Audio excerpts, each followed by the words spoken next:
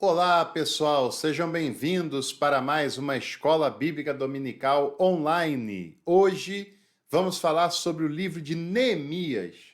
Esse livro que é muito interessante, tem um conteúdo muito edificante também em todos os sentidos e, na minha modesta opinião, é o meu livro histórico preferido, né? Dentre os 12 livros que é organizado o Antigo Testamento na Bíblia cristã, eu diria para você que Neemias é um livro que eu acho mais legal do que os demais.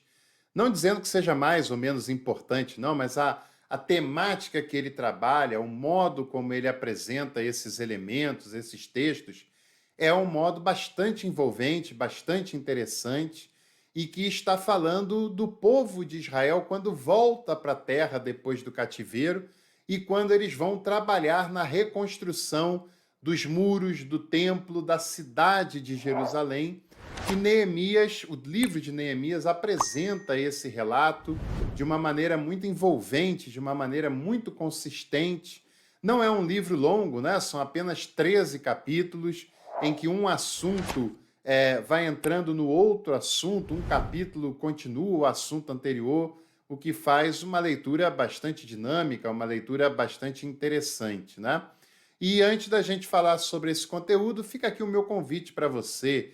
Já pensou fazer um curso de teologia com corpo docente qualificado, experiente, de uma maneira bastante acessível, com aulas ao vivo que você pode ver e rever quando quiser, por um precinho muito camarada, pagando menos de R$ 1 por dia, pois isso é uma possibilidade real e concreta para você. Basta você clicar agora mesmo em Seja Membro e escolher o plano Café Completo. Você começa a estudar agora e não vai perder o fio da meada, não. Você vai começar e vai ter todo o acompanhamento para seguir e conseguir acompanhar as aulas direitinho. Lá nós estudamos teologia bíblica, teologia sistemática, teologia pastoral, história da igreja, só por R$ 29,99 por mês.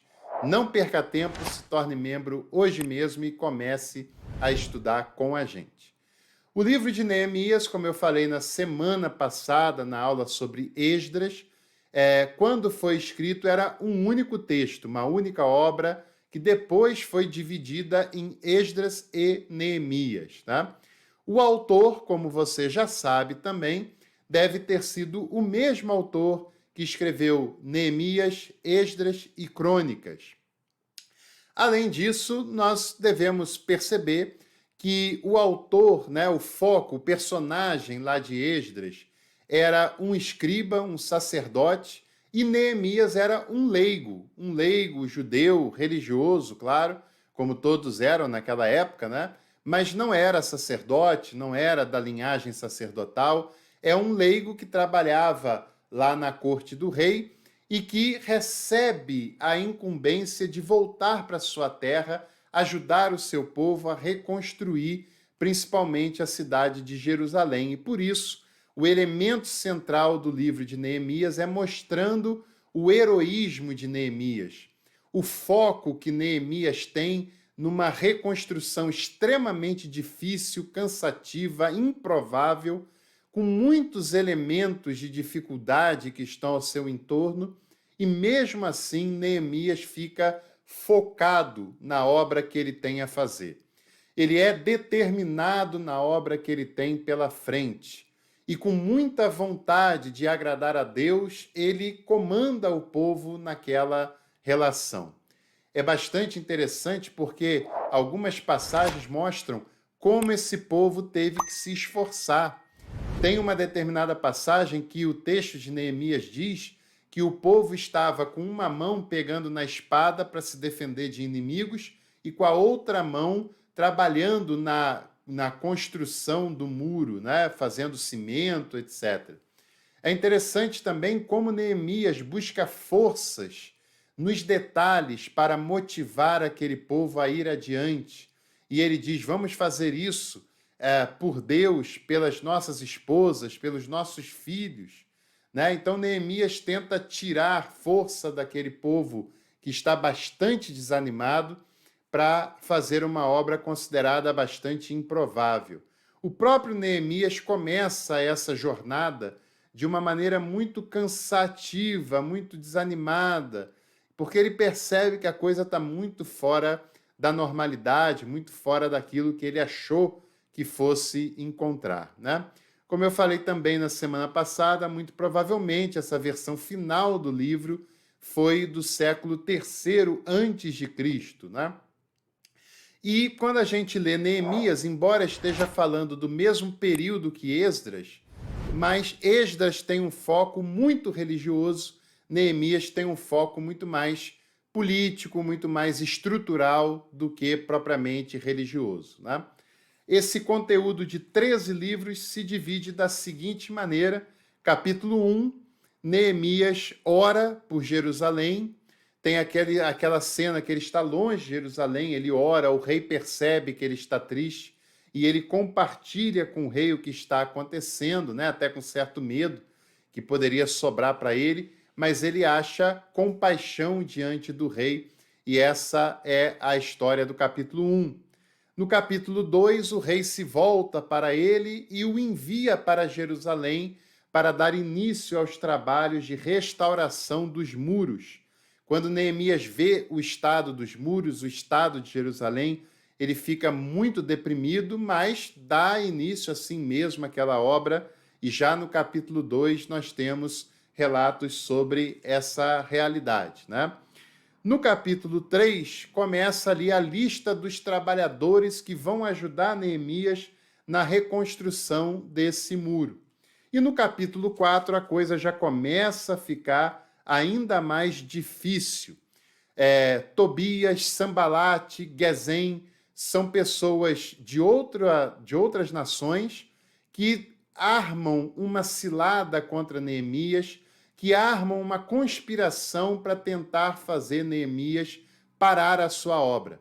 Primeiro ele tenta desanimá-los, depois ele tenta conspirar contra eles, tenta se infiltrar contra eles, ou seja, eles são bastante teimosos na tentativa de fazer Neemias parar aquela obra. Por exemplo, capítulo 4, versículo 3, diz assim, estava com ele Tobias, o amonita, que disse: ainda que edifiquem o muro, vindo uma raposa derrubará o muro com a sua cauda.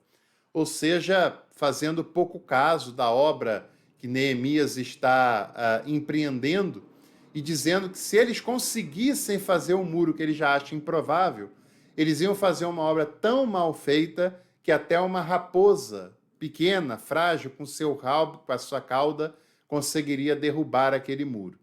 Neemias não dá ideia para isso, prossegue. No capítulo 5, é um assunto meio que foge à tônica desse livro, mas um assunto interessante, que é o quadro de injustiça social que está havendo entre o povo. Neemias dá um bom exemplo e reorganiza aquelas relações antes deles prosseguirem. O capítulo 6 é um capítulo muito interessante em que nós vamos encontrar Neemias já entrando nessa obra com mais afinco. E aí tem aquela expressão, que talvez seja a expressão mais famosa de toda a história de Neemias, quando ele diz no capítulo 6, versículo 3, o seguinte: enviei-lhes mensageiros a dizer: estou fazendo uma grande obra, de modo que não posso descer.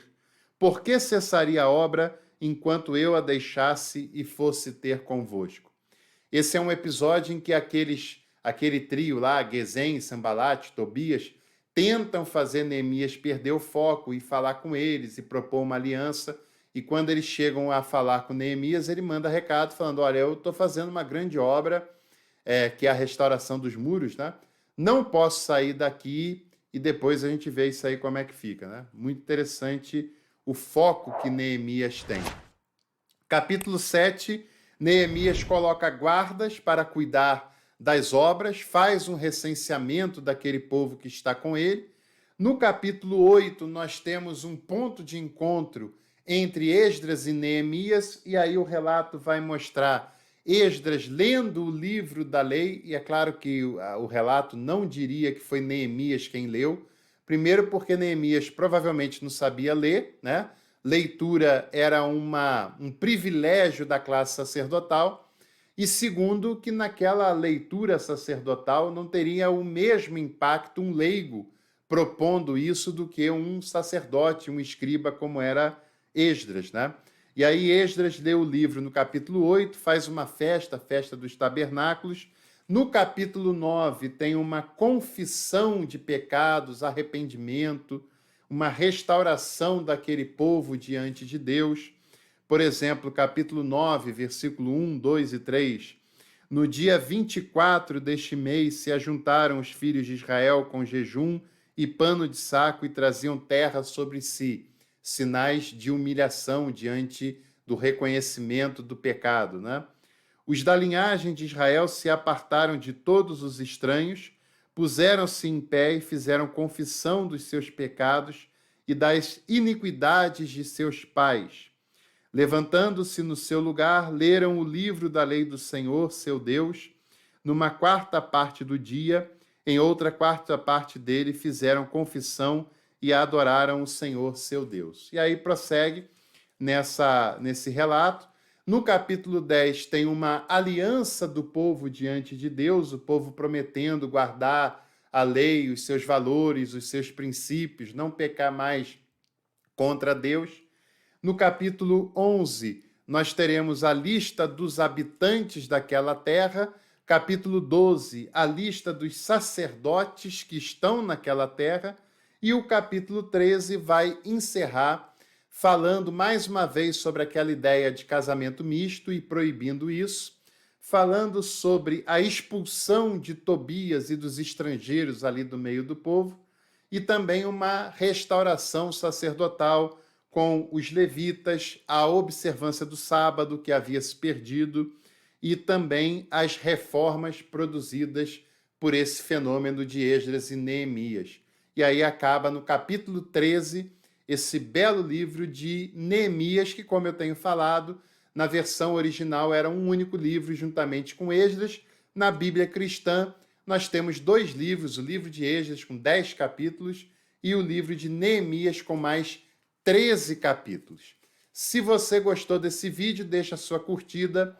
Eu sei que você faz parte de algum grupo na sua família, na sua igreja, no seu seminário, de pessoas que têm interesse por conhecer melhor a Bíblia. Então você deve compartilhar esse nosso vídeo com esses grupos, nas suas redes sociais também, e assim você leva conteúdo de qualidade para mais pessoas e também ajuda o desenvolvimento desse nosso canal.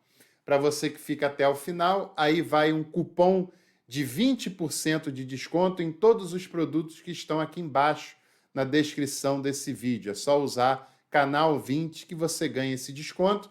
E também fica o meu convite para você ser membro do canal e estudar teologia com a gente, de modo completo. Teologia bíblica, sistemática, pastoral. Sei que você vai gostar. Vem com a gente, bom domingo e até o próximo conteúdo.